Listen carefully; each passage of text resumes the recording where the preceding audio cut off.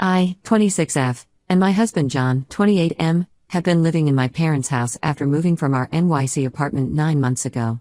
The situation wasn't supposed to be like this. John and I had a good life in the city. He worked in finance while I ran a small but successful babysitting business. We had a cozy one-bedroom apartment that was expensive but manageable with both our incomes.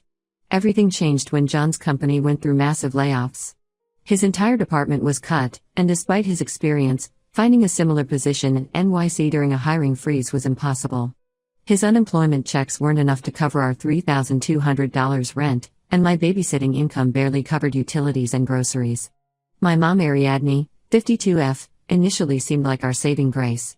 She and my dad Thomas, 55F, own several properties, including 4 single-bedroom apartments in another state that they use as Airbnbs. When I called her crying about our situation, she immediately offered us one of these apartments. They also have another house in NY where we could have stayed, but my dad's severe cat allergy made that impossible. We have 2 cats, Luna and Milo, who we've had since they were kittens. They're family to us, and giving them up was never an option. The apartment she gave us was small but nice. John found a new job at a local company, though the pay was less than his NYC salary. Then my mom mentioned they needed help managing their restaurant in the same town since they weren't physically there. John offered to help, thinking it would show our gratitude.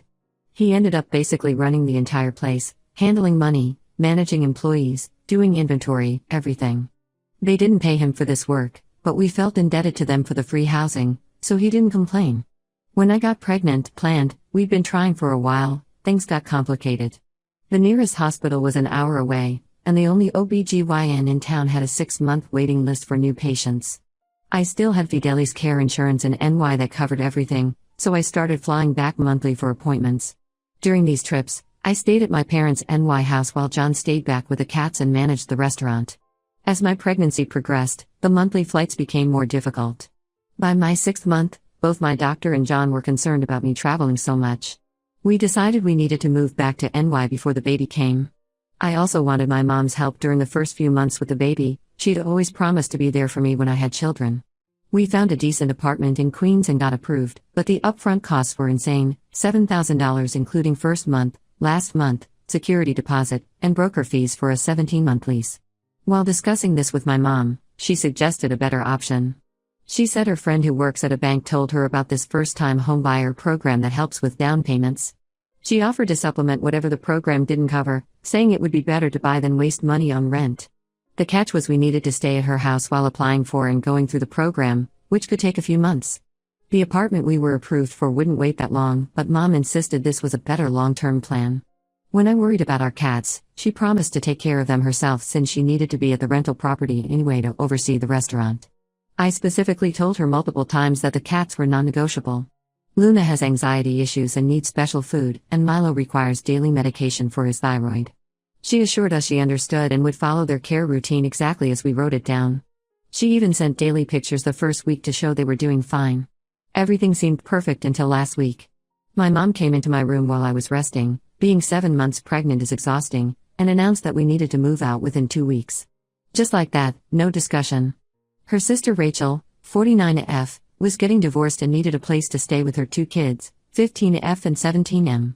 Mom said they needed our room because family has to help family in crisis.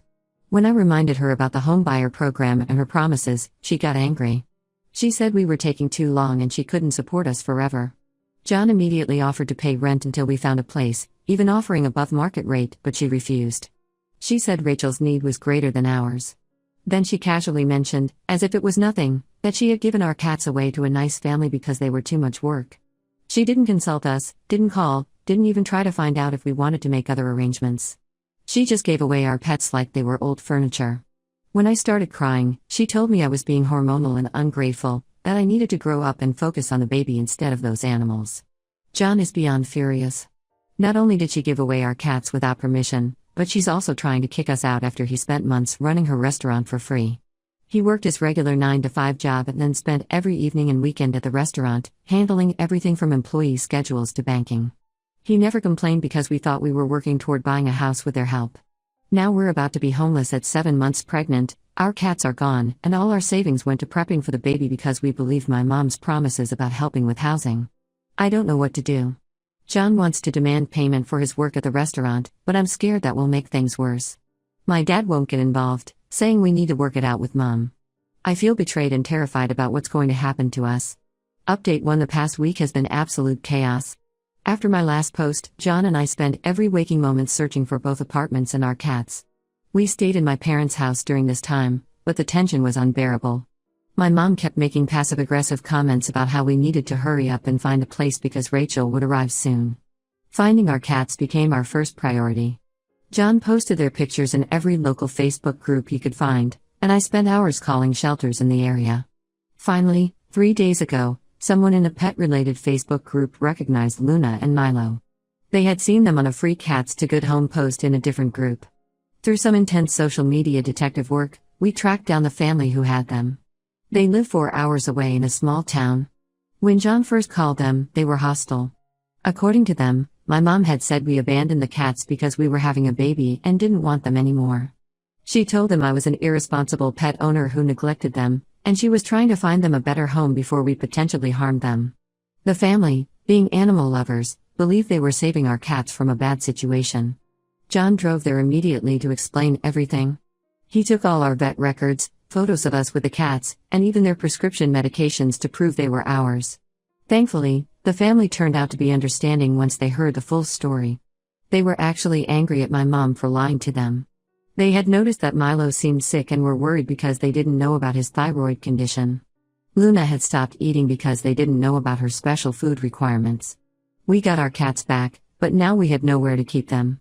No relatives would take us in with pets, and my mom had made it clear we needed to be out of her house immediately. We ended up checking into a pet-friendly extended stay hotel that costs $120 per night. It's destroying our savings, but we couldn't leave our cats again. Then yesterday, my Aunt Rachel called me out of the blue. She was confused because her friend had mentioned something about her moving in with my mom. Rachel had no idea what she was talking about. She and her kids moved in with her best friend right after the divorce papers were filed last month. They have a 2-year lease and no plans to go anywhere. She had never asked to stay with my mom and was shocked that my mom was using her as an excuse to kick us out. I confronted my mom about this lie, and that's when everything really exploded. After denying it for an hour, she finally admitted the truth. Her friend Nancy wants to rent our room on Airbnb during the upcoming tourist season. Apparently, they can charge $300 per night during peak times. My mom figured she could make more money from short-term rentals than by helping her pregnant daughter. But that wasn't even the worst revelation. One of the restaurant employees, Mark, called John in a panic. He said my mom has been telling everyone that she had to get rid of us because John was stealing money from the restaurant. She's been spreading this story to relatives and local business owners, claiming she caught him taking cash from the register but decided not to press charges because I'm pregnant. She's using this lie to justify kicking us out and to explain why John isn't managing the restaurant anymore. John immediately pulled all his bank records and even got copies of the security camera footage from his time at the restaurant. He has proof he never took anything, but the damage is already done. Several of our relatives have already called to express their disappointment in him, and he's worried this rumor could affect his current job if it spreads further. I also decided to investigate the homebuyer program story. I called my mom's banker friend myself, and he was completely confused. He hadn't spoken to my mom in over a year, and the last time they talked was about refinancing one of her properties. He knew nothing about any first-time homebuyer program. The whole thing was a complete fabrication to stop us from taking that apartment we qualified for. Now that place is gone, and current rental prices are even higher than they were a month ago. My dad finally responded to our calls, but only to tell us we're breaking your mother's heart with our greed and selfishness. He knows about the lies regarding Rachel and the banker, but he's still defending Mom. He said we should be grateful for all they've done for us and that spreading rumors about my mom is unforgivable. The only family member on our side is my younger brother Mike, 24M. He moved out at 18 and barely keeps in contact with our parents. He always said Mom was manipulative and Dad was her enabler, but I never really understood what he meant until now. He offered to help us look for apartments, but he lives in a tiny studio so he can't take us in. John is beyond furious about the theft accusations. He wants to sue my parents for defamation and unpaid wages for all his work at the restaurant. He's already talked to a lawyer who says we have a case. I understand his anger, his reputation is being ruined by these lies, but I'm so exhausted. I'm 7 months pregnant, living in a hotel, and just found out my mother would rather rent my room to strangers than help her own daughter. My doctor says my blood pressure is concerning and all this stress isn't good for the baby. But how am I supposed to stay calm when my own parents are destroying our lives like this? The only silver lining is that we got our cats back, and despite everything, John has been my rock through all of this. Update 2: my brother Mike has been our saving grace through all of this. While helping us apartment hunt, he started noticing strange things about my mom's recent behavior. He discovered she lost almost $400,000 in some online crypto investment scheme about 3 months ago. She kept it completely hidden from everyone, even my dad. This explains why she's suddenly obsessed with making extra money. She's trying to recover her losses before anyone finds out. The whole situation with the Airbnb makes more sense now. She wasn't just being cruel by kicking us out, she's desperate for cash flow. The tourist season in our area can bring in serious money, and she's trying to convert every possible space into short-term rentals. But the real bombshell came from Nancy, my mom's friend. After seeing how bad things had gotten, Nancy felt guilty and confessed everything to Mike. The whole home buyer program story was part of an elaborate scheme. My mom planned to use our good credit and first-time buyer status to get a house, then somehow pressure us to move out and let her take over. She figured she could bully us into it once we were financially committed. She told Nancy that pregnant women will agree to anything if they're desperate enough. The employee who warned John about the theft accusations, Mark, got fired last week. But before he left, he made copies of all the restaurant's recent paperwork. Turns out my mom had been keeping 2 sets of books, one showing the real numbers and another with manipulated figures. She was using John as a scapegoat to hide her own financial mismanagement. The real books actually show that under John's management, the restaurant had its most profitable quarter in 5 years. We're still stuck in the extended stay hotel, but Mike finally convinced his landlord to let us temporarily stay in his spare room. It's cramped, basically a converted closet, but it's better than spending $3,600 a month on the hotel. Our cats are adjusting surprisingly well to the small space. The biggest change came when my dad discovered mom's financial secrets. Someone from the investment company called their home phone about recovering the lost funds, and he picked up. They had a massive fight that the neighbors could hear. He finally called us to apologize, admitting that mom has had a gambling problem for years that he tried to help her hide. He kept hoping she would get better on her own, but instead, she just got better at hiding it. John took all our evidence, the real books, the fake books, Mark's testimony, the security footage, and proof of his unpaid work, to a lawyer. The lawyer said we have a strong case against my parents for defamation, unpaid wages, and possible financial fraud. He helped us file a police report to protect ourselves, saying we need an official record in case my mom tries to blame more things on John. The stress has been affecting my pregnancy significantly. My blood pressure won't stabilize, and the doctor is worried about preeclampsia. I'm now having twice weekly checkups instead of the usual monthly visits. John has been handling everything, the legal stuff, the apartment hunting, taking care of me and the cats, all while working his regular job. There might be some hope for our housing situation though. John found an apartment about an hour outside the city. It's farther than we wanted, but the rent is actually affordable and they accept pets. The commute would be rough, but at this point, we just need stability before the baby comes. My mom keeps trying to contact us through different numbers and new social media accounts, switching between threats and tearful apologies. She even showed up at John's workplace once, causing a scene about how we're destroying the family. His boss was understanding thankfully, especially after hearing about the missing wages from the restaurant. Mike says he's not surprised by any of this. Apparently, she pulled similar stunts with his college fund years ago, which is why he moved out so young. I feel stupid for not seeing the pattern sooner, but I guess I wanted to believe she had changed. The hardest part is knowing this isn't just about money anymore.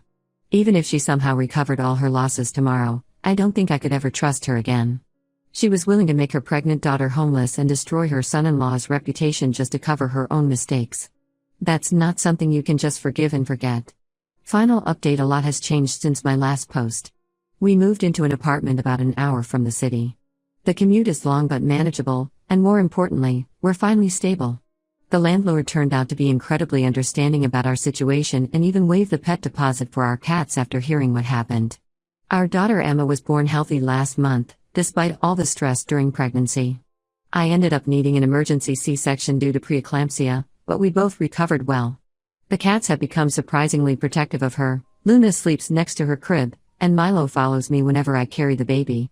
The situation with my parents took several unexpected turns. Mom's attempts to blame everything on their accountant backfired spectacularly. He had kept detailed records of every time she instructed him to create fake books, including emails and recorded phone conversations. When the police got involved because of potential tax fraud, he handed everything over to save himself. My dad finally filed for divorce after discovering Mom had gambled away $380,000 of their retirement savings. He sold the restaurant to one of their long-term employees, ironically, Mark's cousin, and moved in with my uncle. He's been trying to rebuild a relationship with us, sending baby gifts and apologetic letters. I'm not ready for that yet. His years of enabling Mom's behavior caused too much damage. Mark, the employee who helped expose Mom's lies, landed a management position at a larger restaurant chain. He gave John a glowing reference, which helped counter any damage from Mom's theft accusations. John's new job actually pays 30% more than his old NYC position, and his company is talking about promoting him to department head next year. Mike helped us compile a detailed timeline of Mom's gambling habits and investment losses going back 5 years. We discovered she had already lost 3 other properties, which explains her desperate attempt to use us to get a new one. She's still playing the victim with relatives, claiming we fabricated everything to hurt her, but the evidence is too solid for anyone to believe her anymore. The recordings Nancy sent us of Mom planning to steal our future house weren't needed for legal purposes since we didn't pursue the lawsuit. The ongoing police investigation made it unnecessary. But those recordings helped convince several family members who were still on the fence about the situation. Last week, Mom showed up at our apartment unannounced, demanding to see her granddaughter. She hasn't changed at all. She tried guilt-tripping me about keeping a grandmother from her only grandchild and then threatened to sue for grandparents' rights when I refused to let her in. The police escorted her away, and we're now in the process of getting a restraining order. I blocked her on everything after that incident. It's clear she still sees us as things to manipulate rather than people to love. She views Emma as just another tool to regain control, and I won't let my daughter be used like that. Our lawyer says her legal threats are empty. She has no case for grandparents' rights, especially with her documented history. Life is quieter now, and honestly better. John's job is going well, the cats have settled into our new home, and Emma is thriving. Some days I still feel sad about losing my parents, but then I look at my daughter and know I made the right choice. She deserves better than a grandmother who sees her as a pawn and a grandfather who would stand by and let it happen. I've learned that sometimes the best family is the one you choose, not the one you're born into. Mike visits regularly, John is an amazing father, and our little unit is happy. Sometimes cutting ties is the healthiest choice you can make.